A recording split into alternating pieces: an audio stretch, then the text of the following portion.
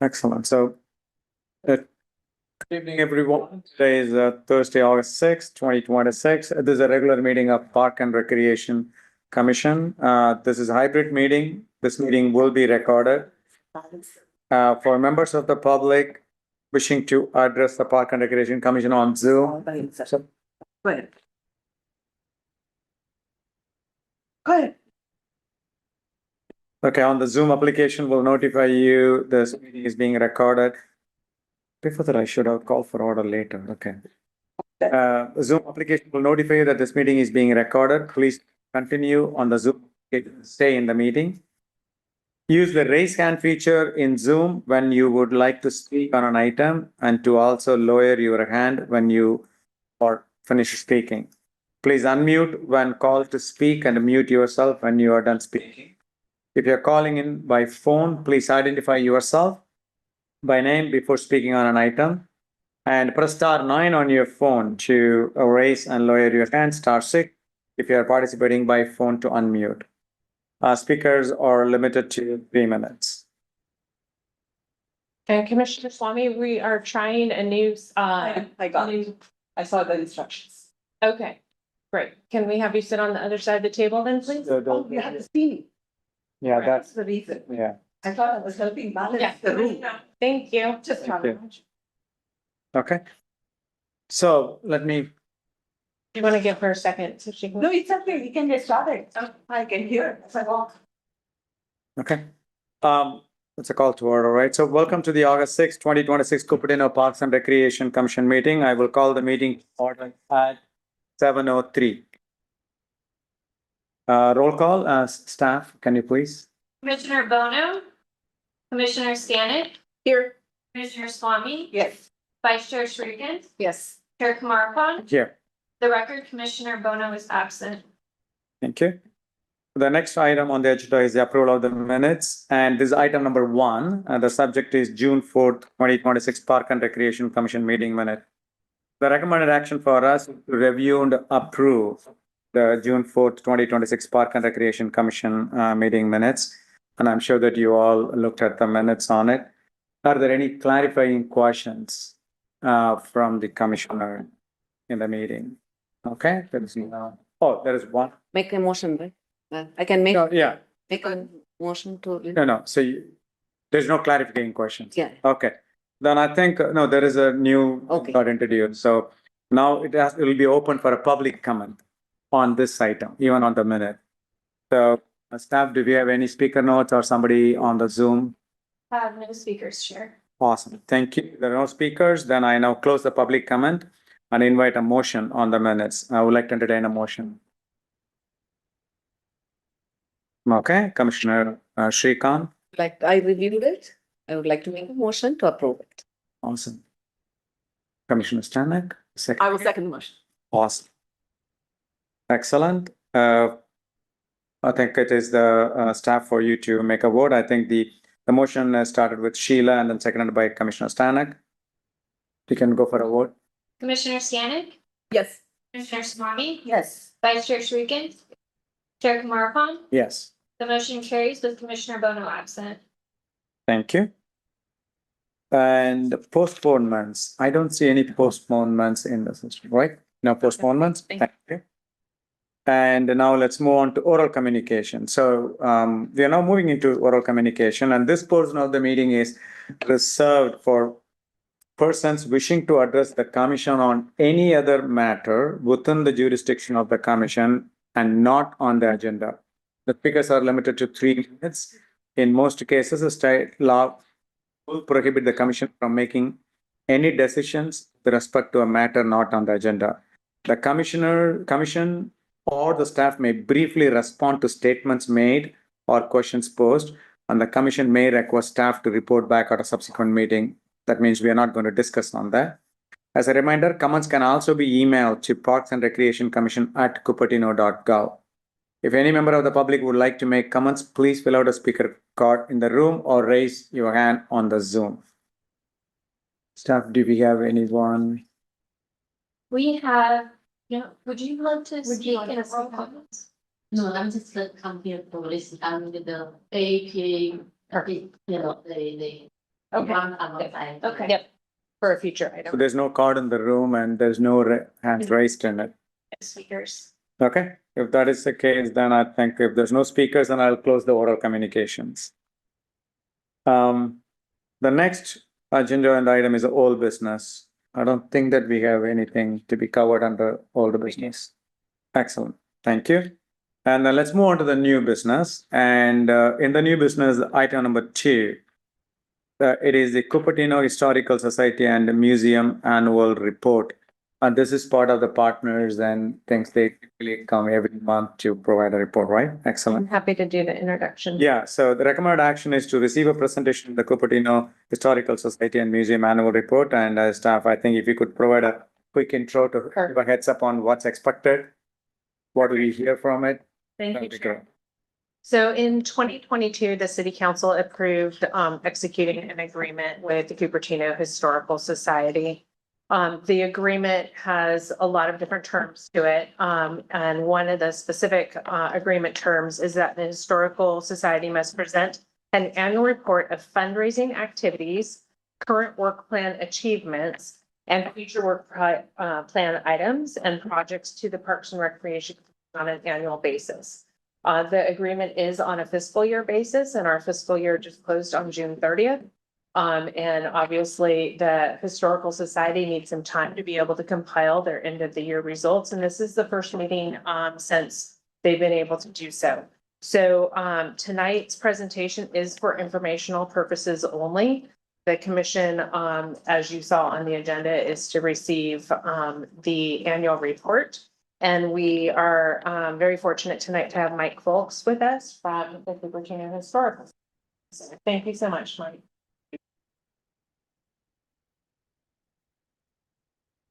Thank you, Mr. Chair, Commissioners, and staff. Mike Folks, I'm the Vice President of the Historic Society. I would have my treasurer with me, but tonight is his 60th wedding anniversary. Oh. And so his wife insisted that he not go to a meeting. Of course. So thank you for having me. I know you don't have a heavy agenda tonight, but I also don't want to bore you with slides. We put everything in your report and it's all in your package, 22 slides. So I'm going to really highlight what I think are the most interesting things. But please, if I'm going too fast, slow me down, ask questions. So I just don't want to, I've sat in enough meetings where the slides just go on and on. And so, and there's a lot of, because of our agreement with the city, kind of all the factual and numbers are in there. But for me, I think for the parks, as representing public and representing residents, it's more interesting to talk about kind of the programmatic things that we're doing and what we're looking to do and what we've tried to do this past year. So we'll kind of go through all of that. And again, feel free to ask me questions. And Mr. Folks, before you get started, we do have a light system. And so if any of the commissioners have a question, comment, concern, they'll just tap their light. And Okay. that way it'll be an indication to you that that there is a question. Would you prefer that those are at the end or would you like them as a present? Oh, as we go, I think. Okay, and I realized I didn't give you your light. I don't. So I will give you one as well. I guess. Wow.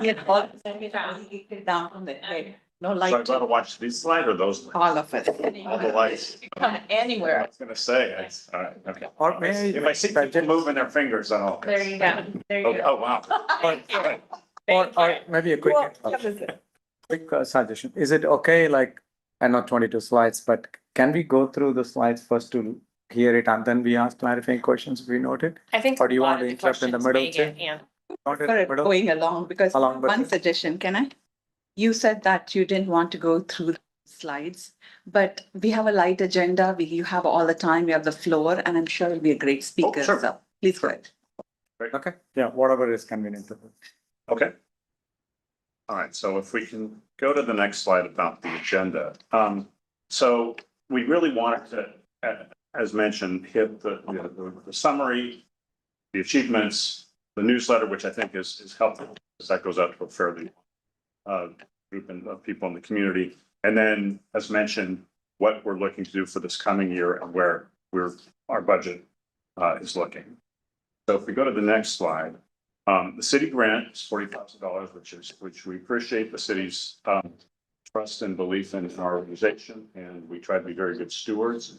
We and this is how that breaks down in terms of the grant, what grant application was for, and then obviously what the actuals were for the last year.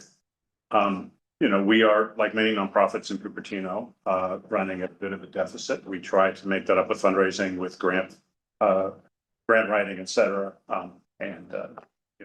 It's for all historic societies in Silicon Valley, it's difficult because, people are busy and there's not as much of a focus on history.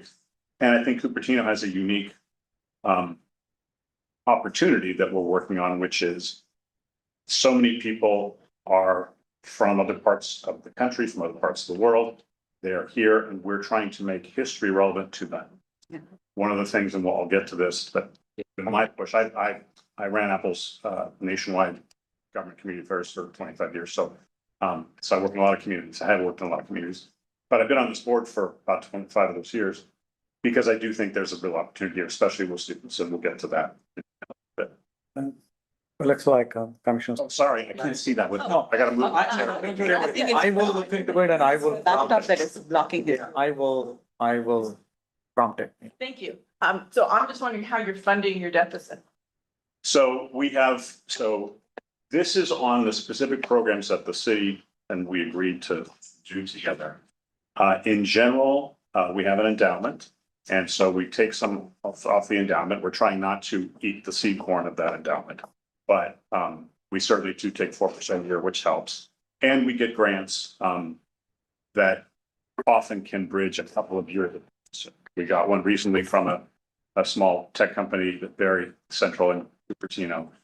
So that kind of helps balance it. Okay, so this is just a piece of your activity. Correct. Yeah, okay. So I guess, yeah, at some point, I didn't see it in the package of what is the full scope of the Historical Society from a financial perspective. Yeah, so the answer is, I think this would be roughly, depending on the year and depending on staffing, we've had some staffing challenges this year. Our executive director couldn't afford Silicon Valley anymore and left the area, and one of our staff members died unexpectedly. Huh. So in this year, we've been struggling from a staffing perspective, but obviously because of those expenses, our budget is smaller this past year than it would have been. But I think on an average year, about a quarter, what the city's giving. us, Okay, about that's a exactly quarter what I of the wanted budget. to understand. Yeah. Thank you. So to go to the next slide. So this is just to give you the broad brush, and we'll go into details of this. Again, we divide things up into collection management, curatorial and exhibits, and then community outreach. And we'll talk through, and you can see kind of, we try to have an event, a kind of a significant event per month for our members and for the public. But to some degree, that's also fits with the city's calendar because a lot of city events, since the museum's right here across the hall from you, we piggyback on those events. You see when we have our festivals, that's when we do a lot of our work, or Christmas time, because on an average week, we may have, a handful of people come to the museum, even though we have docent staffing it. But in a cultural event, we get 1,000 people come through. So we really try to focus on those. Let's go to the next slide. So again, just to give you an idea of how we divide this up. There's a lot of work in collection management, which, before I got on this board, I didn't quite realize how labor intensive it is. Just knowing what you have, there's a whole lot of rules that museums have to follow in terms of how you treat your exhibits. One of our big expenses is storage, because we have to climate control the storage, and we have a lot of stuff. And if you don't treat your stuff well, you have to give it away to other museums, which we don't want to do. We don't give away our collections. But we have a very small space. So most, 90% or 100% of what we have is really in storage. And so that's a lot of work, and it's kind of behind the scenes. But part of that is digitization. We've, over the last several years, said, look, people these days are. Okay, this doesn't work.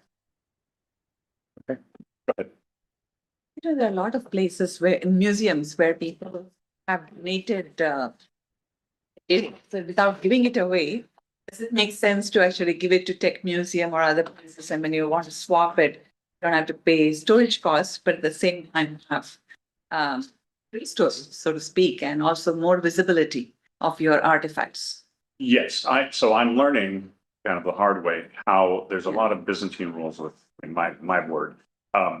So yes, we're trying to do that, frankly, the opposite way with exhibits, because there are museums that will do a lot of work to put an exhibit together. But let's say that, and that exhibit may be on early farming, which is as relevant to Cupertino as it is to Sacramento. Yeah. And so if we can get, borrow their exhibit and have it come here, or likewise with our exhibits, right? A lot more eyes get to be on it. So we're doing a lot of that. Okay. Yeah, and it's very helpful, yeah, because then we don't have to have Yeah. all that. And we'll get to that. So the exhibits, and really when we talk about exhibits, mostly the museum, although we'll talk about a couple of the programs. The Kelly truck, which thank goodness the city has now given us space. It's a beautiful old historic truck, but we have no place in its big truck. So it's actually at Stockemeyer in one of the barns at Stockemeyer, which is great. And Stockemeyer is another project that I'm working on with the city to see if we can do something, which we've worked on for a long time, but it's still, most cities around us, almost every city around us, has some historical building that has been restored and can be really used for public use. Cupertino is one of the only cities that doesn't. And Stockemeyer, in talking to the staff, talking to the mayor, that seems to be the best and most likely resource for a lot of the reasons, right? Which I'm important.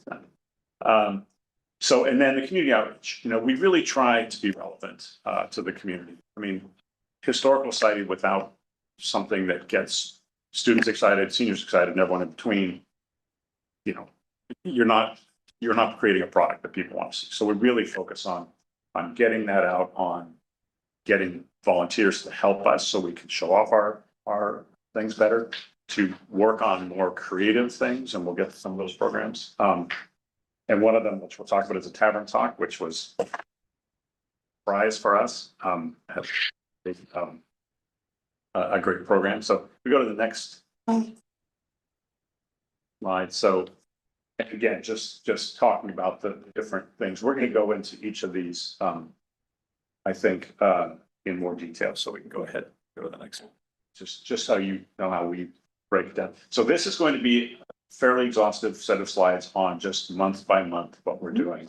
Again, very limited staff. Right now, we have no full-time staff. It's all part-time staff. So, and it really is hard for nonprofits because you can't full-time in this valley. You need to have benefits and other things that we can't offer. Do you get volunteers to come and support you? Yes, so we have most of the people who staff the museum are volunteers. We have an active board that helps staff. A lot of times if you're here on Fridays, or with Fridays and our staff is here, but you'll usually be half volunteers and half staff working together.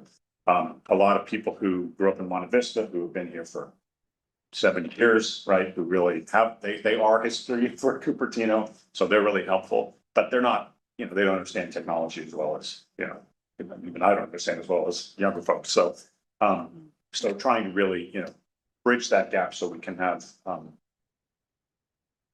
them kind of help guide, but really also having people who can say, let's put this on YouTube instead of putting on our website. If you want to access it on the website, it's going to take forever. If you put it on YouTube, right, it's free storage and you have instant content, and you can put a hyperlink on our webpage and it's there. And it's, things like that, which we don't even think about in terms of the back end of how the technology works. But if you go to, so we started this again with city, so July, August, September. We're going to go through these. But as you just see, the blacksmith is every month. If you haven't gone down to see it in McClellan Ranch Park, I recommend. It's a great community thing. It is one of the few restored buildings that we do have where it's hands-on and kids love it, adults too. And then, we always do the holiday exhibit here, which is hugely popular, and we'll talk about that. But also we do a party for donors, guests, members, to try to, at least once a year, try to get everyone together and really it's a great community kind of living. The next one, just going through to February, March. And again, we'll talk about each of these things in more details. Next slide. And then again, continuing. And the annual meeting, that's the other time we get all the people. Yeah, that's great. If you go to the next, then we're gonna get into detail. So the newsletter highlights, so this is a very labor intense, but we send an actual physical newsletter. We do monthly email newsletters to members and supporters, but we do physical newsletters that we give out not just in Cupertino, but to other historical societies in the area that might be interested in reading the articles that we're putting out. So it's a great effort, but again, a lot of our members are more senior and they like having the paper newsletter, right? They don't like scrolling on. So the next. So this was a big one we did last year. So Cupertino's 70th birthday, which is funny because I just pulled out a t-shirt from our 50th birthday the other day and I'm like, well, I've been here a long time. But this was in the museum. So we have a limited space, but we can pack a lot in there and really trying to put pictures, articles, videos. So talking about Cupertino's past. And again, as part of this, is, the mayor wanted to do an oral history project. So we helped her on that project as well. So we did several things for Cupertino 70th. Next slide. And then this was a really fun one, and this was great for students. We had a lot of students come by for this. So we did a beekeeping exhibit, and this was both historical beekeeping, right? So we had a lot of really old equipment that used to be used that we got from various beekeepers, but also, Alyssa, who you probably know, state program, who's also a beekeeper. They brought in, honey and things that kids could taste, and we could, and people could buy it, the local honey. And so it was a really popular exhibit. And I think, we couldn't bring bees into here, but we had everything else besides the bees.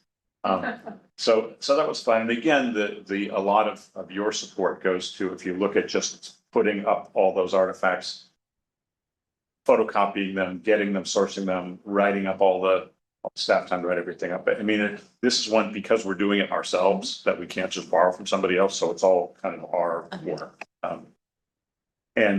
Quick question. Is this exhibit happens here? Or Yeah, so this is our museum right here. That picture makes it look a lot bigger than. Yeah, I thought, wow, it's so bigger and okay, that's how. Yeah, we cram a lot in this small space. Next slide. So this is really fun, and what we find, and you'll see this with the Cherry Blossom Festival too. Photographs are key, right, to a lot of our exhibits. People love to have their picture taken, especially with the tree. So we do the tree every year. We do the railroad that actually runs around it, and we time it. It's open for about a month, but we time it to have both for our tree lighting ceremony and the breakfast with Santa, and that's by far where we get for you. Right, and they all want to have a picture in front of the tree, so it's a really great opportunity. And again, all volunteers who came and put all that together almost overnight, because we had an exhibit we had to take down and get this up, and we only had a week to do but it worked out. Next slide, yeah. So this is one we did beginning of the year. So this is one I mentioned that we rented but at minimal cost from another museum that basically were kind of helping pay for some of the work they did to put it together. But this was about gadgets. So it's a whole bunch of things. And we actually had a little game that people could play where you had to guess what each item is, right? Because we covered up what they were and then revealed them. Because a lot of these things, which are commonplace things, whether it's to wash clothes or whether it's to brush your horse or whatever, but they're such odd looking things you wouldn't really know what they were, right? Something to store your butter in, etc. So that was a fun one. And again, we ran that's about January to March. We try to turn the exhibits every 3 months, again, depending on staffing, but we don't want it to get stale. We want something new in the museum. So people come here, they're not just looking for the same thing. And then this is the big one that's still in the museum now because of the 250th anniversary. And this was interesting because we had one of our part-time student staffers who contacted the federal government, and they have a bunch of De Anza stuff, which who knew? Wow. So they actually sent us all sorts of really interesting materials and brochures and things about De Anza. So it was kind of a nice freebie. You don't get lots for free from the federal government, but this is great. And so really we tried to talk about this, not just what De Anza did, but also why Cupertino this was the creation of Cupertino was with this exhibit. So as mentioned, we had the clothing, we had the mapping, we had the kind of the narrative, we had some audiovisual kind of stories that people are telling about De Anza. So we try to make it, again, it's a tiny museum. If you're under 30, if you're reading text, it's very boring. So we're trying to do more things that are interactive or that are visual that you can watch, right? Little clips and things like that. And then, yes, and then we had loaned items from the 76 Cupertino reenactment where they reenacted the De Anza coming here. So yes, before my time, but my time at Cupertino, they still had that collection. So we were able to put that out. Next slide. Now, this is a really interesting one, and this is where we rely on volunteers. We've done this for over 50 years. It's a traveling trunk, and this is because most schools don't have the resources or the just ability to come to our museum. So we have 3 different sets of trunks that go around the community, and we can do a 45-minute presentation, and usually to a classroom. And so we work with the schools, and they say, hey, we're studying this. Do you have something relevant to that? We'll go and do a period, which is great. And again, gets it out there as part of that community piece of it is that we're not going to get them to our museum. So let's move the museum there. Very successful. We need younger docents or younger volunteers because those trucks aren't light, but we have great people working on it. Hands-on. And one thing that in the last 2 years we've started to do, which I'm super excited about, which is going to senior centers. Because seniors need programming. Yeah. And we went to one, and I'm going to forget which one it was. It was last year.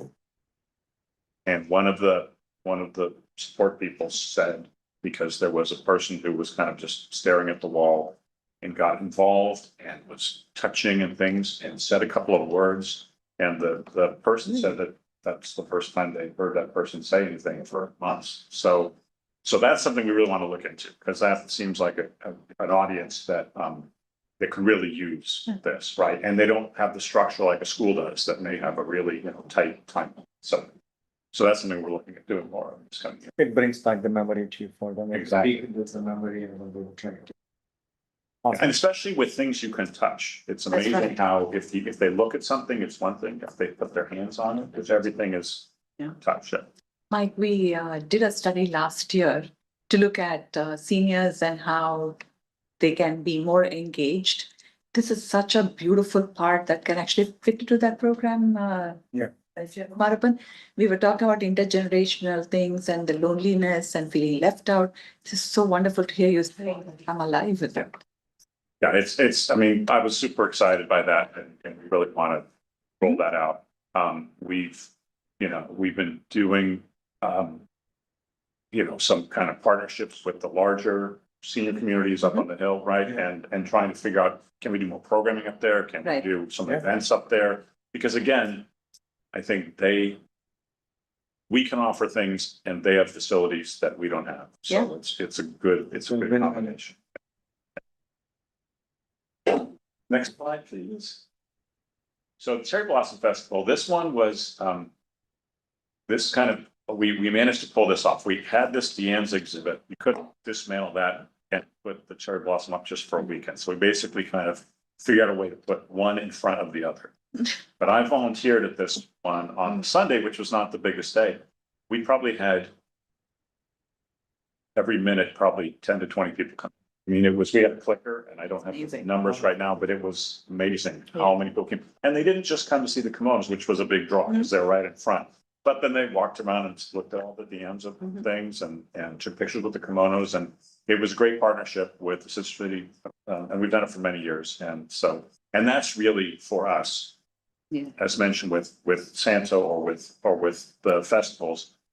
Again, you're gonna get more people in one weekend walking through than you're gonna have 6 months. So, just a normal, normal business. So we really want, and that's why it's really critical to have the space here, right? Because if we were, even though we'd love to have more space and more exhibits, but if we tucked away in, I don't know, McClellan Range, you wouldn't have the number of eyeballs coming through that you do when you're right in the middle of kind of Yeah. center of town here.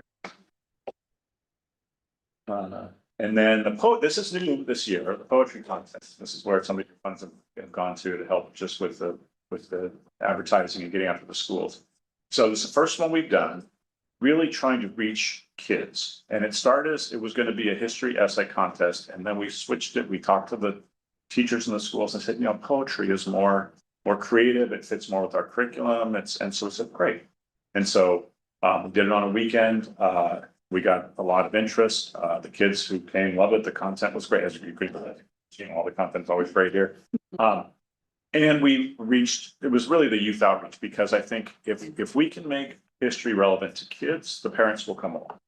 But if we just try to say, if you're a busy parent with 3 kids and we're trying to say, hey, you should be volunteering as a docent in our museum, they're going to say, I've got no time, right? So, but if the kids are interested and want to get more involved and we have more programming for kids, I think that can go. So that's kind of our goal. This is our first kind of toe in the water. Years before, we did like a coloring contest at the festivals, but now frankly, the festivals have enough demand for booths. You have to actually pay for the booth, which are fairly expensive. So we said, well, we're probably better off managing our dollars by just doing it ourselves, right? Not being part of a giant festival with a lot of competing activities, right? Coloring is fine, but if there's a slide right next to it, it's, people don't want to color. Next slide, please. And then this is an ongoing project. So, Monte Vista is our most historic part of Cupertino, just in terms of its age and history. And so we have a lot of brochures and things, walking tours, but we're trying to digitize those. I used to chair the Historic Preservation Board in Campbell, and we put together an app. And so you can walk around down King Campbell and you look at the house and it's boom, and you click on it and it's got everything. So we're trying to do that for Monte Vista. The same idea. The Campbell had the benefit of having a staff person that could give us to do the apps, which is why we got one done here. Here we don't have that luxury, but the idea is it's a very manageable walking area and there's so much history there. Not just what's still there, but what used to be there, right? The Hoo House and all these other things that I just hear stories about, right? So, so this is one that we're, again, we still have some people alive who've done their oral histories, but they're really great to ask. I mean, they're in the 80s and 90s, but they still, they're sharp as a tack. So we're getting a lot of really good, information to kind of build this out and make it more robust. So next slide. So now we're getting into numbers, we're towards the end, but just so you know kind of what plans are for the coming year in terms of dollars, since you guys are funding us, we want to make sure that you know where the dollars are going. So, and as you see, some of these are multi-year projects, right? The speakers programs, others are really things we want to tackle this coming year. Like, for example, the Past Perfect, which is a software program, which, having worked in tech, I kick the tires on this a lot, but basically all of our collections are in a program that doesn't really allow for collaboration or sharing to the outside world, which is nice. But if we're only seeing our stuff, that's what the upgrade is going to give us the ability to have multiple people work on the same file and be able to push it out right on our website. So that's hopefully a big change for us. Storage is just ongoing. We continue to look for better alternatives. I've talked to city staff about some ideas. City space is precious, and we we probably need climate control at some level. It's not like we're holding the seed bank or anything, but we can't just put it in a shed, right? So, and then as you see, again, a lot of things that are, ongoing expenses and some things that are new. One thing I didn't, the speakers program, which you see a fairly large, cost there, and that's really because, rent a space, food and beverage, blah, blah, blah. But those have been really supportive, and I don't think it's not, I have a separate slide of this, so. Yeah. So let me, yes, this is the second last slide. So, but part of the speaker series has been our tavern talks. This was one of our board members who, deep into local history, grew up here in Cupertino. He's a local teacher, but he had this idea. We don't have a lot of historic businesses still in operation. We do have some historic taverns. And so he started this, we started with Paul and Eddie's, and basically inviting our members plus donors plus active community folks to come out and, pay a little bit, get a free drink, and then have a lecture. And have a lecture about the about Paul and Eddie's from somebody who is related to the original family. So and we got, first we did, I think we had 40 people, which is a lot of people for us. Mm-hmm. And that continued. And now we've branched out to some, to local pizza places, and so we're still calling it a tavern talk, but the idea is any establishment that's still around, this has been around for 40 to 50 years or longer, and telling their story. But if their story is relatively short, then we've added on another speaker to talk about. So for example, we've done a couple now with the Blue Pheasant. The first one was all about the Blue Pheasant. The second one we did there, we're like, well, everyone knows about the Blue Pheasant. So we had to talk about De Anza. We had two of our docents give a long talk about De Anza, since we're right in the middle of, sorry, I said, Monte Vista, because we're right in the middle of Monte Vista. And so it was nice to be able to say, okay, 2 blocks that way, this happened, and 2 blocks this way. So those have been really popular. And again, something to get people who may not really want to spend a lot of time in the museum, or may not, may not have little kids and want to go have a picture with Santa, but it's something that it's a nice evening thing. It's a lot of our community members, a lot of our electeds come, and it's just a fun way to have an evening activity. So that's been a big plus. And now we're almost trying to figure out, okay, we're running out of places in Cupertino. Can we go? We did one in Saratoga, just over the border. We're doing it in Cupertino adjacent, right? If we can't do it in Cupertino. But so that I wanted to mention that, because that's a significant part of our program. And then again, the satellite exhibits, that's both us going to other museums to get some of their things, which they will charge us so that we get things here, and also us having exhibits that can go out to the community. That's both the traveling trunk, it's doing things in schools, things like that. So, and then the video history program is an ongoing thing. We have a lot of really good videos. They're old, they're long, they need to be edited, and we need to put them up on the web, because right now they're still in our archives and they serve no purpose sitting there. But nobody's going to want to sit on a well-meaning but hour-long discussion that really could be down to 15 minutes of zippy kind of dialogue. So it's having the staff to be able to do that video edit, getting down and getting it up on our website, getting on YouTube where we can link to it, and getting that content. Couple of quick ones. One is speaker programs, when it's every year for 30K, is it the speaker? Is it the expense towards the speakers, or when you said that you give refreshment for the people who come? Yeah, so What it's the operational usually expenses? the either the rental of the. Or rental of on the place. Right, because so we've had a lot of authors who will write a book and they'll come to speak for free. But you We need a bigger space, so we'll need to use a room here or a room someplace in the community. Or for example,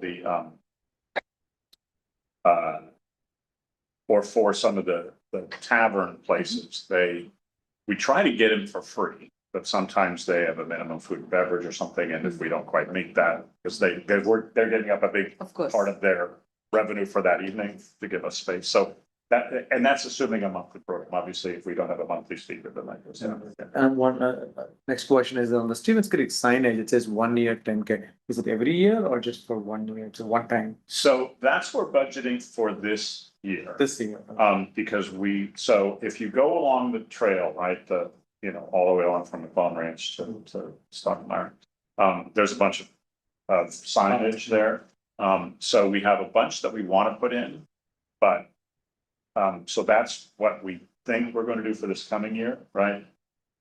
A lot of it depends on the city. I mean, there's a lot of, as you can imagine, red tape when you're putting something on a public right of way, so we have to, so that's what we plan on doing this year, but again, it's really, one is $2,000 to $3,000, so that's that, with the construction, and they have to be permanent and something that's not gonna be vandalized, et cetera, so. Got it. Yeah, the reason I asked is that I think in our last commission meeting, we got to see the Santa Clara County Library District is putting a story walk in the park, right, with the signages, kind of. So I think it looks like this is similar to it, right, when you go and exhibit. And again, there's an opportunity because they come up with some programs called Story Walk, where alongside of the parks or the periphery side of it, on the walkway, they'll put some of these exhibits kind of. So maybe there's an opportunity you Yeah. can work with them and see how they are, because they're doing it a big scale. Parks, Oh, yeah. and so maybe that should help, just Oh, yeah. how they do it, and there's an opportunity, so that's. Yeah, no, we'll follow up, because that's great. I mean, we don't. Or not. Santa Clara County Library District, Santa Clara County Library District, and our library jointly they're doing it, so you may want to just check it out. Okay. Really, I would like to say that, the history, you have honed it down. Those two storyboard around the parks, most people really don't know about the history of Cupertino, about Dianza, about, Monte Vista, that you talk about with such passion. And we miss the shared language, the common ground across the residents of Cupertino. And really, it all seems like an Apple town, an extension of that and some of the great parks that we have. But you can absolutely perhaps utilize the parks we have and to make that more fun, engaging, and really helpful. One of the things wanted to ask about is the speakers program. Just because you are non-profit, is it possible for the city? Have you explored if you can use the Quinlan Community Center for free or a really low price, or can you? Because it's all within the overall overarching issue. I have no idea. I'm just Yeah. proposing a negotiation tactic. Yeah, well, the city works well with us. I think they have to kind of treat us like they treat everyone else, like they treat Rotary, so there's a little bit of a favorite child, so. No, but you have a house here. Yeah, that's true. No, and and again, I think we're always looking for creative solutions. Again, the Tavern Talk has been one that, has cost us a Yeah. lot less than what we were doing before, just because of the cost of the location. So that's something we're looking into, and I think for me, the one commonality of everyone in Cupertino Yeah. is we all came from farmers, right? Back My X ancestors. generations, everyone was a farmer Yes. in the world.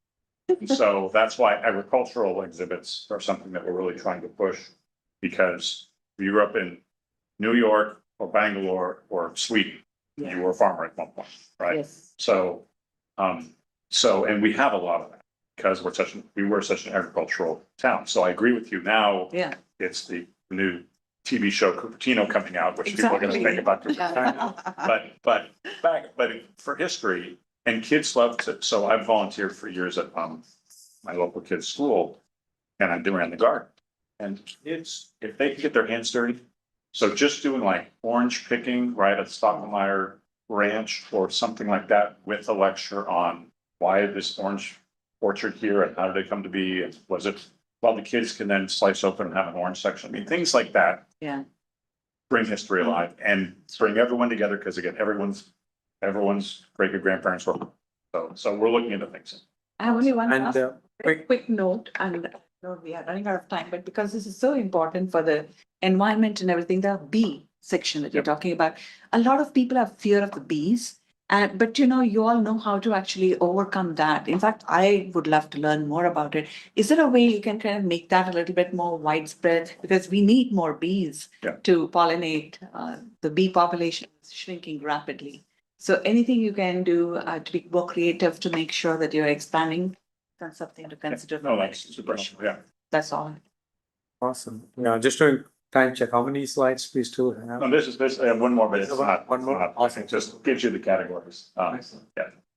I'll let you wrap up and then I have one thing to add, but go ahead. Okay, yeah, so anyway, thank you for your time, thank you for your questions and being so interactive, this is super fun, again, Pleasure. we're across the hall and we have people here every Friday, so if you ever have questions, things that come up, feel free to come over and visit us, and again, appreciate the partnership with the city. Awesome. Thank you. Thank you. Appreciate it. Billy. Thank you so much. Yeah, so Just to piggyback on the question that Commissioner Swamy brought up, you guys all have a copy of the current agreement. And it does note that the Historical Society does get a certain number of free uses of the room, and then anything above that, there is our nonprofit rate for them to be able to, as long as the space is available at a very nominal rate, can use our facilities at that rate. So you have it in your packet. supplementary and- report and others, right? Correct. So, Awesome. Well, thank you so much. Thank you, Mike. Appreciate it. Yeah. Thank you. Love the stuff. Love to see that happen. Well, I don't know, it's, find enough money, everything's possible. Really. But after the presentation, typically we have some public comment too on this side. Let's ask it for, is there any, for the public, if anybody's on the speakers on? We have no speakers. Excellent. That's the process. I need to check it out. Thank you. Then I'll close the public comment. I think all the clarifying questions we asked in between, so I don't think that even the speaker is not here to really answer anything. That's good. So we'll move on to the next item. This item number 3, the subject is fiscal year 25-26 community funding grant program written reports. And the recommended action is to receive an update on this fiscal year 2025-26 community funding grant program written reports from the staff, and please, who will take care of it? So similar to the historic, I think we just finished fiscal year and part of the community funding grant program. It wrapped up for the 2025-26. It's hard to reverse in your head. We're already Yeah. working so far out, excuse me. The 2025-26 26. community funding grant program report. Jacinta Liang was going to be presenting that to you tonight. You guys are all very familiar with her, and I think you'll be very pleased with what she is sharing tonight. Awesome. Thank you. Please. Good evening, Chair and fellow commissioners. During tonight's meeting on community funding, I'll be providing an update for the 25-26 awarded organizations. And just a reminder, this is not for the 26-27 organizations that previously were brought to you in March and April this year and by council this June. And then those annual reports for 26-27 isn't due until July next year, so July 2027. And just a quick recap, last fiscal year, city council awarded $35,500 in community funding to 13 organizations. And shortly after the June city council meeting, Friends of Deer Hollow Farm said that their project was already complete before the award. And they no longer needed the $2,000 in grant funding. So the grant funding wasn't sent out to them, and an annual report was not submitted. So the total funding that was sent out was 32,000. No, 33. 32 was the previous three. And then as part of the community funding grant policy, grant recipients need to submit written reports to show that their grant funds have been spent in the way that was stated in their application, along with receipts and other types of financial statements. And next, I'll be providing an update for each organization. So first we have Active Circle. They received $2,000 and their funds were used to purchase food, materials, and entertainment for their all-inclusive picnics. They said that they served 80 individuals, and 50 of them were from Cupertino residents, and all $2,000 were expensed. Next, we have INOC, and they received $4,000, and they used the grant funding towards materials and equipment for their free vision care program. So this program is providing free eye exams and prescription glasses to underserved students. And then they said that they served 26 individuals with their program, and out of the 26, 15 of them were Cupertino residents. Next, we have Asian American Parents Association. They received $3,000, and their funds were used towards their AAPI Multicultural Festival, which was held earlier this year in May. And they served a total of 500 individuals, and 350 of those were Cupertino residents. Next, we have the Cupertino Rotary Club. They received $1,600, and they used their funds towards purchasing meals for their Thanksgiving meal sharing program. And they said that they served 500 individuals, and out of those, 15 of those were Cupertino residents. Next, we have Cupertino Symphonic Band. They received $3,000. Funds were used towards venue rentals and programs and sheet music for their concerts. And out of those concerts, 2,000 individuals attended, and 500 of those were Cupertino residents. Next, we have Elder Aid. They received $5,000 in grant funding, and funds were used towards their background verification integration within their Elder Aid app. And then this application was the platform that connected seniors with volunteers that needed help with daily tasks or running errands. And they did not expend their full grant amount, and they returned the unused funds to the city. And they earned $944. Next, we have iTalented. They received $900, and funding was used towards materials and room rentals for various STEM-focused workshop and events. Some of the events included Cupertino, Kids and Fun, and then they had a lot of math and physics seminars.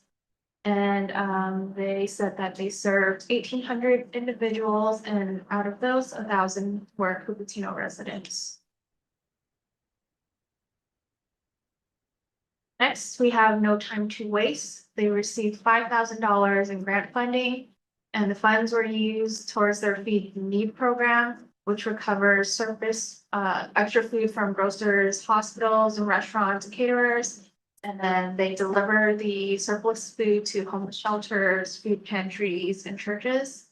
And they served 457,810 people, and out of those, 34,399 were Cupertino residents. Next, we have Remember the Tooth Fairy. They received $1,000, and their funds were used towards their dental treatment program, and then they use these for materials and equipment, and also dentists and doctors to help do the dental cleanings for children with low income. And they served 100 total individuals, and 78 were Cupertino residents. Next, we have Special Olympics of Northern California. They were awarded $5,000, and funds were used towards venue rental costs at Homestead Bowl for their bowling team program. So they held practice sessions for children and adults with intellectual disabilities. And they served 87 total individuals, and out of those, 12 were Cupertino residents. Next, we have Via Rehab Services. They received $1,000, and their funds were used towards program materials for their STEAM and outdoor education camps. And they served 441 total individuals, and 11 were Cupertino residents. Lastly, we have West Valley. They received $2,000. Funds were used to purchase gift cards for families during their annual Gift of Hope event that's held during the December holiday season. And they served a total of 1,012 individuals and 326 were Cupertino residents. And that concludes tonight's update. Any questions? Yeah, so that's, thank you. Thanks for presentation. And I think that's a good format you put in there and we can just focus on. So nicely arranged. Thank you. And looks like clarification questions, Commissioner Swami. I have one question on the dental. The dental one, it's like an incredibly good ROI. It seemed, am I wrong in thinking it was $10 per person or something? 100 individuals, $1,000, $10 per individual, that seems like wow, Yeah. right? How are they doing $10 per individual? Believe on their annual report, they had, I think they partnered with local professionals.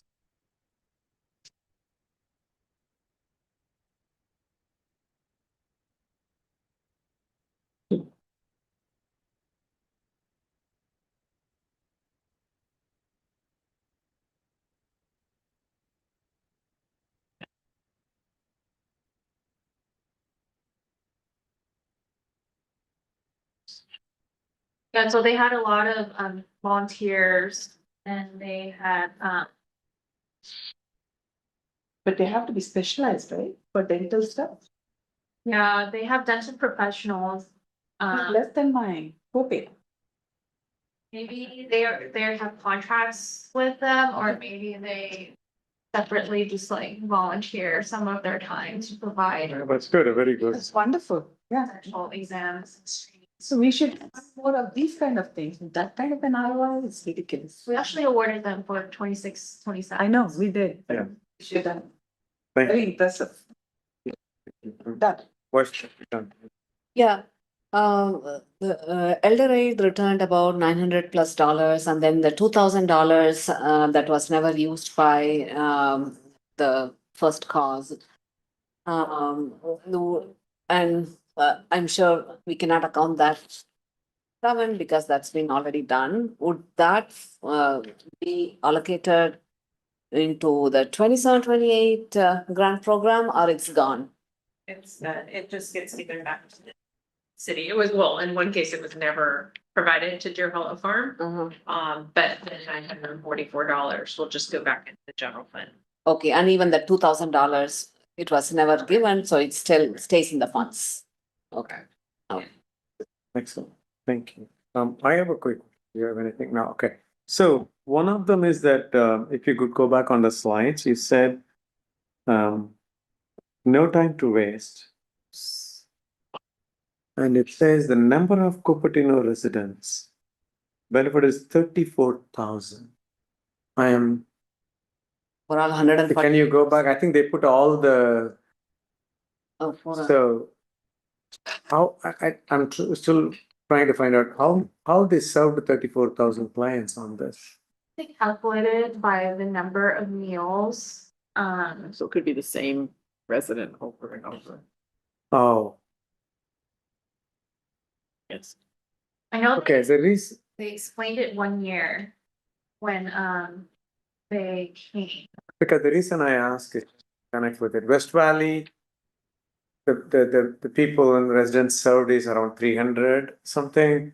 Then even Rotary Club is whatever the Thanksgiving one, it's only 15.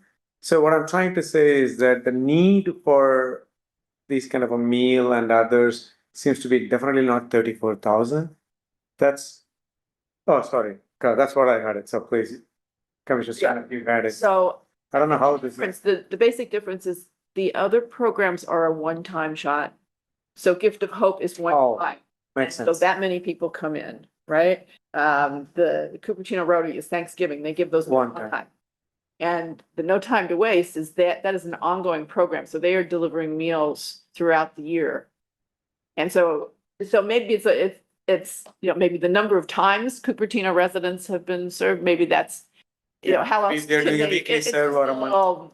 it's a little, the words that are chosen, I think, is the way it's. Yeah, I'm happy that it serves so many, but I'm Yeah. trying to find out is that much need by all or only a So it's group set of ongoing. people, maybe 500 people or someone they need, they're repeatedly getting it every week or every month and together. I think it's so the representation could be, it'll be number of residents served how many times kind of, but I don't think that, I don't know whether they have that kind of because they're going to just count people. They're not going to say, are you the repeat customer or I repeat? They're not going to do it. I understand. That's why it is a number of, I would consider this number of people served, number of served, whatever, meals served is 34,000. Yeah. I don't think it will be, the reason is somebody looked at it, oh my God, Cupertino residents have so many people need. Yeah, the reason, because otherwise they will look at differently. That means the city have so many people in need of this. Then what are we, it gives a different perspective. That's what I felt it is, It's not unique users. yeah, it's not unique users. Number of meals served for Cupertino, it is 34,000 meals. That's great. Yeah, so it is an annual program. They're delivering meals over 12 months. And with their calculation, I'm pretty sure they're measuring by pounds when they collect their food. And then they probably have some type of calculation, you know, how many pounds of food per month and then how many times it goes to like, you know, and just divides it. The amount of meals that goes to Cupertino or something like that. Okay. And the other question quickly is that when do they do it? How do they do it? In what place? And because it's in Cupertino, is it city permitted or how do they serve these our residents? I mean, how do, Work with West Valley. And oh, they also go through West Valley, is it? Yeah, I just wanted to understand because where do they serve if we're on a regular program? Either city should know or any of us will know where do they do this one. I just want to see it one day. I want to go and just look at it. How do they do it? Just to get a feel of what kind of our citizens are going there and what is a need. Just to have it. Again, if you don't have answer, it's no problem. Just a question, and if you could get, and maybe later if you all know, that's great. Where do they serve? And how they manage it, and is there any city staff is helping or any program is attached to it? I just want to know because it's a huge thing. It's good, but I wanted to know. That's it. So, but don't worry about it immediately getting answer. That's okay. actually have it. So they deliver surplus food to West Valley in Cupertino weekly. And then they also It's a weekly.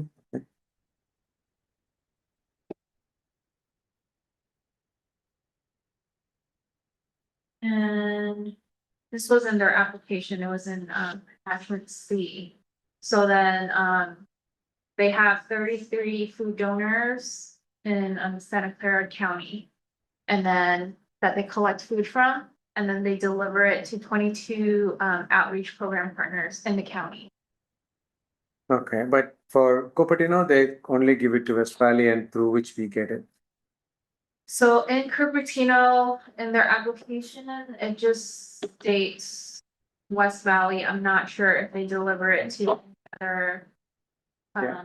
pantry. Maybe later, not right away, but I would still like to understand. The number is so big, and I wanted to understand how do they do it? How do they serve it? Where do they? And if it's West Valley, is our people are going there? Somehow the number seems to be so big, and I wanted to understand. That's it. So, thank you. Hey, sorry, Vice Chair. Yeah, the $2,000 that was never utilized, which cause was that? Friends of Garrett Gold Farm, so Friends of Deer Hollow Farms. well, that one was to renovate the Yeah, shelter. I remember that, yeah. That and I don't think Elderide never came back last year. I don't remember seeing both of them, but I feel that in future when they come back, we should be we should consider whether it is really going to be helpful. Otherwise, we could have allocated that funds to somebody else, right? Yeah, so the applications were due in January. Right. And then the organizations don't know if they're awarded until June. So I think Friends of Dare Health farm, they said that their board was pushing them to Okay, project ASAP, so they ended up okay, finishing in April or May. okay, And then they asked if we could use the funds for something else, but council it already went to commission. yeah, yeah. Council approved that specific project, so we told them can't apply for a different Okay. project. Actually apply next year, but then Okay, that makes sense. Yeah, totally.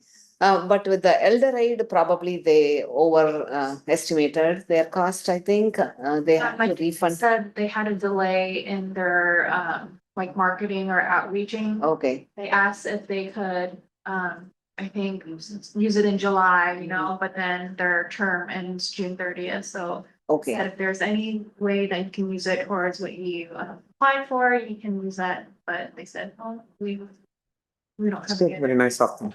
Okay, makes sense. Okay, thank you. Excellent, thank you. I think if there's no more clarifying questions, I think we kind of did the comments as well. So is there any public comments, staff, we have? We have no speakers, sure. Okay. Thank you. If there isn't the case, then I'll close the public comment and just open it up for a final comments. Is there any final comments from our commissioners? Then thank you all. I think then that's good, and we'll move to the next item. I do have one, yeah. A comment, please. Yeah. Commissioner Fowler. NF1, when they first came to us for funding, their ROI was very low. I mean, very high in the sense their cost per pair of glasses was ridiculously low. But then I'm suddenly seeing a huge increase in their operational costs. We never quite asked them that question, but it just has been in the back of my mind, especially when I recognize it's been just $10 per child for the dental one. Can we ask them to give that justification when they come for a presentation of how they spent the money? So you're asking for. So you're asking for 25, 26, right? 25, 26, just casually, what caused this huge increase in their per pair of glasses cost? Because it used to be, I don't have the exact numbers, but I vaguely remember being super impressed. And we had even told them to ask for more because of how much they were doing. But I could be wrong, but I think if I remember it correctly, the cost per pair of glasses has gone up significantly than for the first time when we gave them the funding. Yeah, I think when Ina came for the 26, 27 funding, she did mention that there were increased costs towards the classes. But I think they weren't awarded the full amount, so they weren't able to. Yeah, I don't know. Yeah, anyway, you can, if you get information, you can pass it on to us through the. And another suggestion you can give them for the future to get more, this thing is Temu.com and India, these are really great resources to cut down the cost to really minimal. I've been totally impressed how cheaply they can actually give us the glasses. And that's my last comment. This is just a suggestion to pass on our message to them if we can. Thank you. So thank you, Commissioner. And I think with no more comments on it, we'll move on to the next item on the agenda, which is the staff and commission reports. So this portion of the meeting is reserved for staff to provide any updates on matters pertinent to the commission and for the commissioners to report on the commission related activities. I think staff, we have the report, right? We have the staff report? I was just thanking her for her presentation and making sure she's set for this meeting, so thank you. Oh, thank you. No, yeah, it's as I said earlier, It's a that's lot of fantastic. stuff to compile it, as you can imagine, between Yeah, all. that's the why I said receipts. We initially saw the you the packet. template, I think the template is so clean, neat, and we just focus on one and the item. That's all it is. That's fantastic. Yeah. Thank you. So, Thank you. Okay. Good evening, everybody. Thank you. We're on the final stretch. To piggyback on what Jacinta was just presenting, the city council at their June 16th meeting adopted the 2026-27 operating budget. And it included the Parks and Recreation Commission's recommendation for community funding grants for many organizations, totaling $28,500. They did have some changes to the commission's recommendation. Specifically, they did remove the Fremont Union High School District line item for $8,500 and the Rotary line item for $3,000 for a total of $11,500. But then they did add in funding the Cupertino Host Lions Club for $2,500 and the American Legion Post 642 for $5,000. They also, at that same meeting, reaffirmed their interest in establishing a subcommittee to review the community funding grant policy. And for future cycles, obviously, this one moved forward, as I just stated. And that will include not only Parks and Recreation Department Director Rochelle Sander, but Mayor Kitty Moore and Vice Mayor Liang Chow. So that subcommittee has been meeting, and I don't have an update. But when we do, we will make sure to share that with you.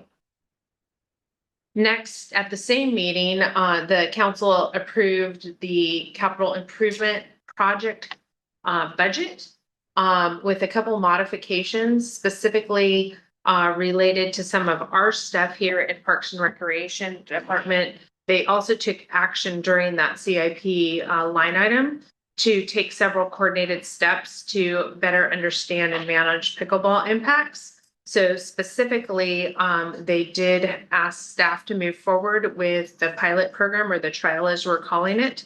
And we'll be coming back to the commission in about 3 months to talk more about that. They've also asked staff to talk about some municipal code restrictions on the placement of pickleball courts near sensitive areas in the community. They did allocate $15,000 for a professional acoustic study, which is being led by the Department of Public Works for the pickleball courts in Memorial Park. And then they did remove the $150,000 that was in the CIP project proposal until there's additional information, and they'll provide additional direction at a later date. So with that being said, the pickleball trial did start on July the 7th and will run through February 7th of 2027. Staff has created. Sorry, calendar interrupt. If you go back, I think the second one you didn't. I just wanted to make sure. Previous slide. I'm trying. What's going on here? Hold on. Commission. Oh, I'm sorry, the commission's role. So in about 3 months, once we have the acoustic study and we've done a preliminary analysis on the pickleball trial, then we'll return to this body. I sent you an email on this immediately after the council action, trying to articulate what staff's role is versus what the commission's role will be moving forward. And when we get closer to that, I will definitely have a lot more detail and a lot more information, not just to share with you, but for your consideration. But at this point, we don't have anything. We're 4 weeks into this project. Thank you. With that being said, we are still having free pickleball drop-in play in Memorial Park. It is taking place Tuesday through Sunday from 9 a.m. to 7 p.m. and we are closed on Mondays. There is an incredibly detailed webpage that we put together with a lot of information about the trial details, kind of an FAQ sheet, also listing where additional places we playing, and that website is cupertino.gov/pickleball trial. So I encourage you, if you haven't gone to that, to go to that already, or go to that to get more information. Like I said, the commission's focus will be to receive a report on the acoustic study and to receive a report on approximately 3 months of the trial. Staff is implementing the bulk of the rest of the pieces of this puzzle, and we'll be putting it together as a really comprehensive packet for city council consideration in 2027. Okay, 4th of July. It seems like it was a long time ago already, but it doesn't get any better than this. Talk about history, 250 years, and we definitely had a huge turnout. If you were in the park at all, starting with the pancake breakfast to the flag raising ceremony, to the children's parade, it really was hometown goodness. The afternoon included a concert in Memorial Park with Fire Peach. We did have Blackberry Farm Pool open all afternoon with some food trucks. And then in the evening, of course, the fireworks display, which is well attended by residents and people, throughout our neighboring communities. So really, really heartwarming and patriotic full day. We actually have a concert going into the park right now. I can't read the screen. The Sound Project, R&B Funk, is playing out in the park until 8 o'clock this evening. So they're just wrapped up. But with that being said, we have a couple more weeks of our summer concert series. And I know I'm enjoying them. Hopefully you've been out to check one out. But I would encourage you, if you haven't been out yet, to take advantage of either Get Lucky Band next week on the 13th or Smoke and Slice of Mojo on August 20th. Also in the park, we have been having the free Shakespeare in the park. It is Saturday and Sunday of this coming weekend, August 8th and 9th, and it's at 6 p.m. So, whoops, I'm sorry, the slide didn't advance. What it's doing. Sorry about that. There we go, Shakespeare in the Park. And so hopefully, if you didn't go last weekend, hopefully you'll have some availability in your calendar to join this weekend.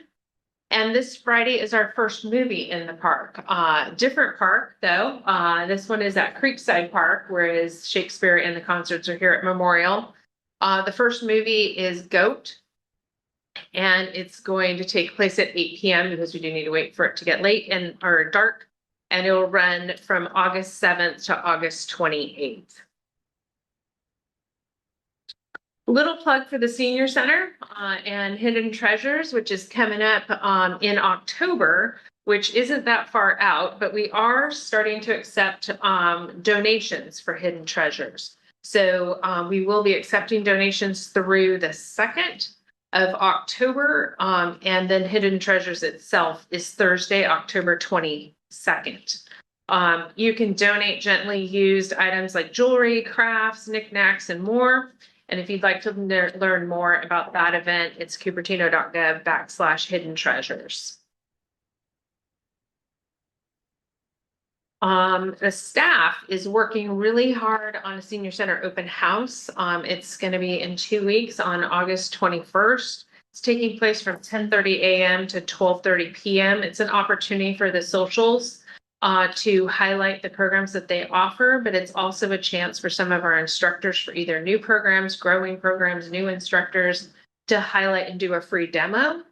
And then we also are doing a membership workshop where people can learn how to use ActiveNet software and either how to establish an account or how to register online. So that way, when it comes to the registration dates, they have a little bit more ease and familiarity with our registration software.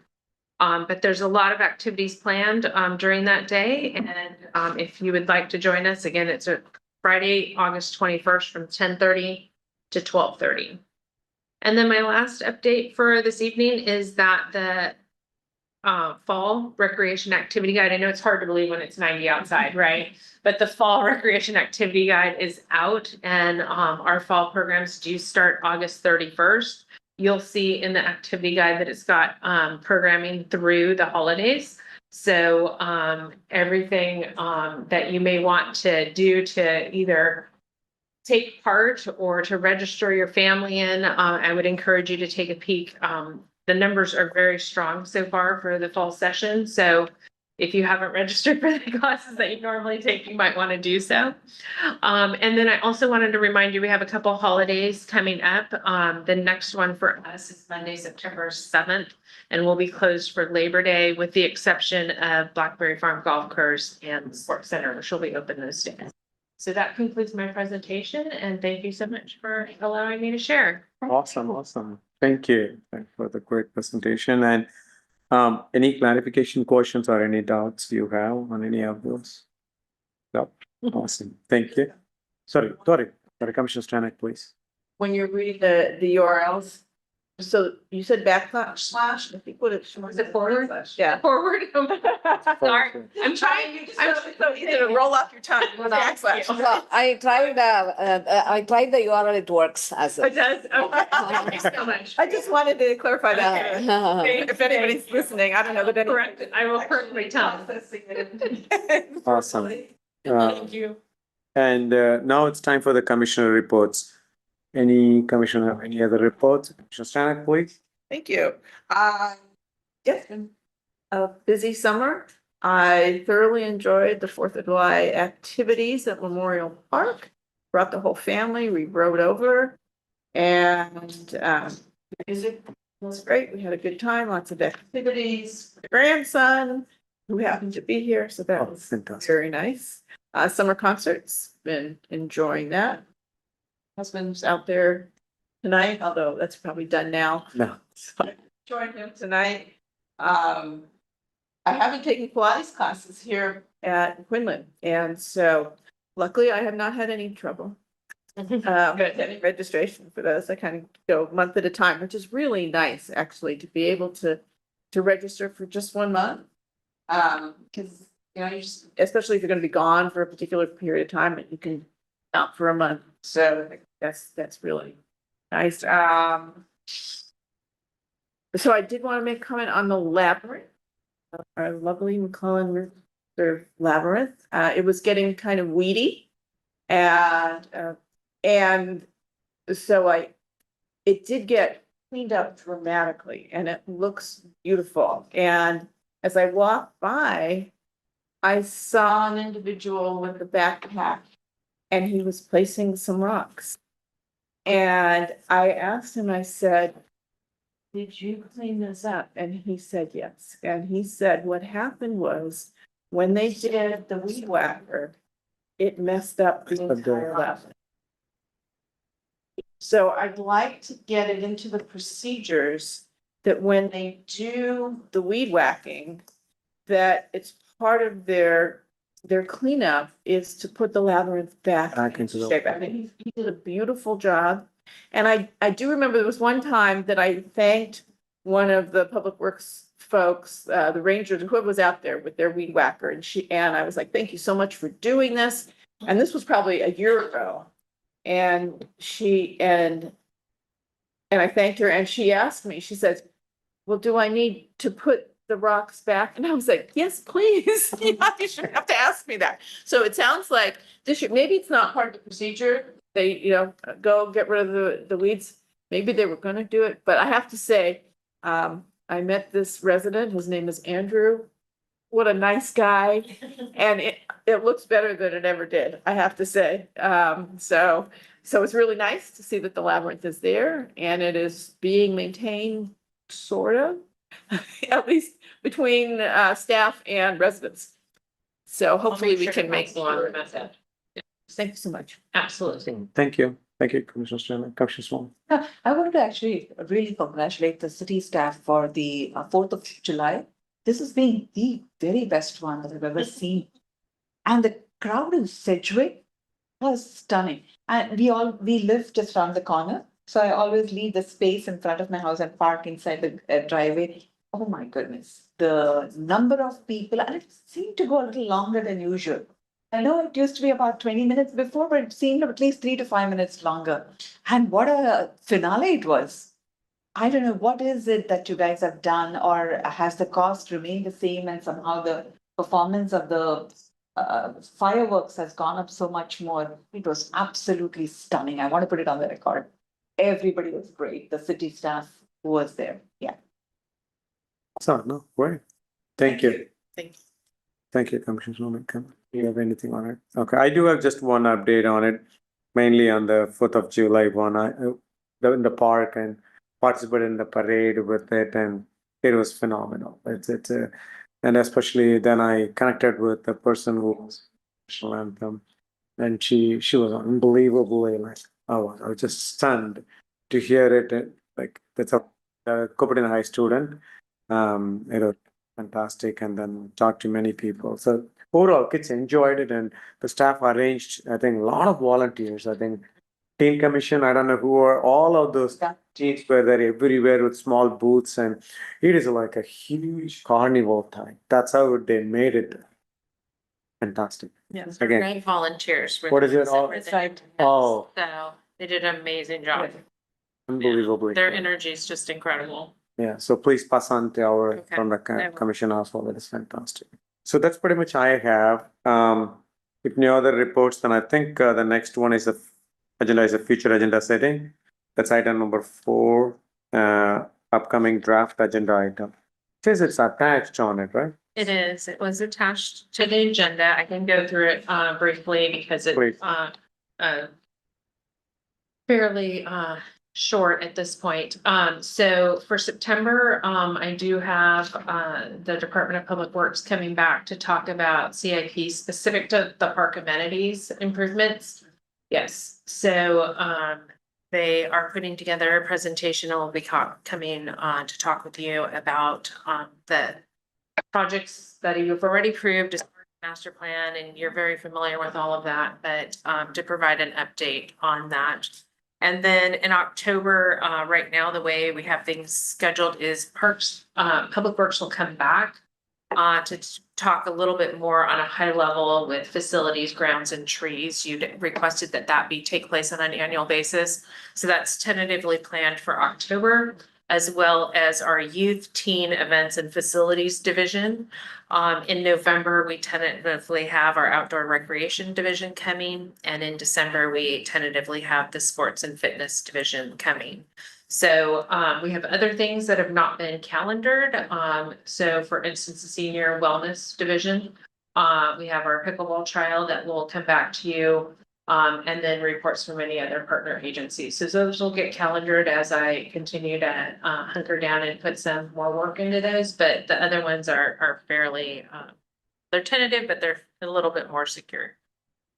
Awesome, thank you. You're welcome. And also, I think this portion of the meeting is, it says, as stated, as a reserved for the chair or any 2 commissioners to propose future agenda item within the jurisdiction of the commission.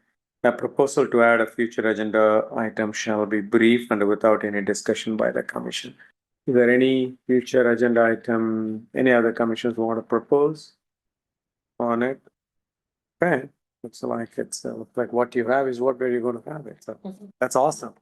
So with nothing else, I think we are at the tail end of it now. So our meeting is coming to an end, and I want to really thank you, the staff and everyone you presented it, and it was great. And I know it's short, but I think you made it really active now. So the next Park and Rec Commission meeting will be on Thursday, September 3rd at 7 p.m. here, the same place, the same setup. I think the new setup. I hope you all liked it. With that, I think I now adjourn the meeting.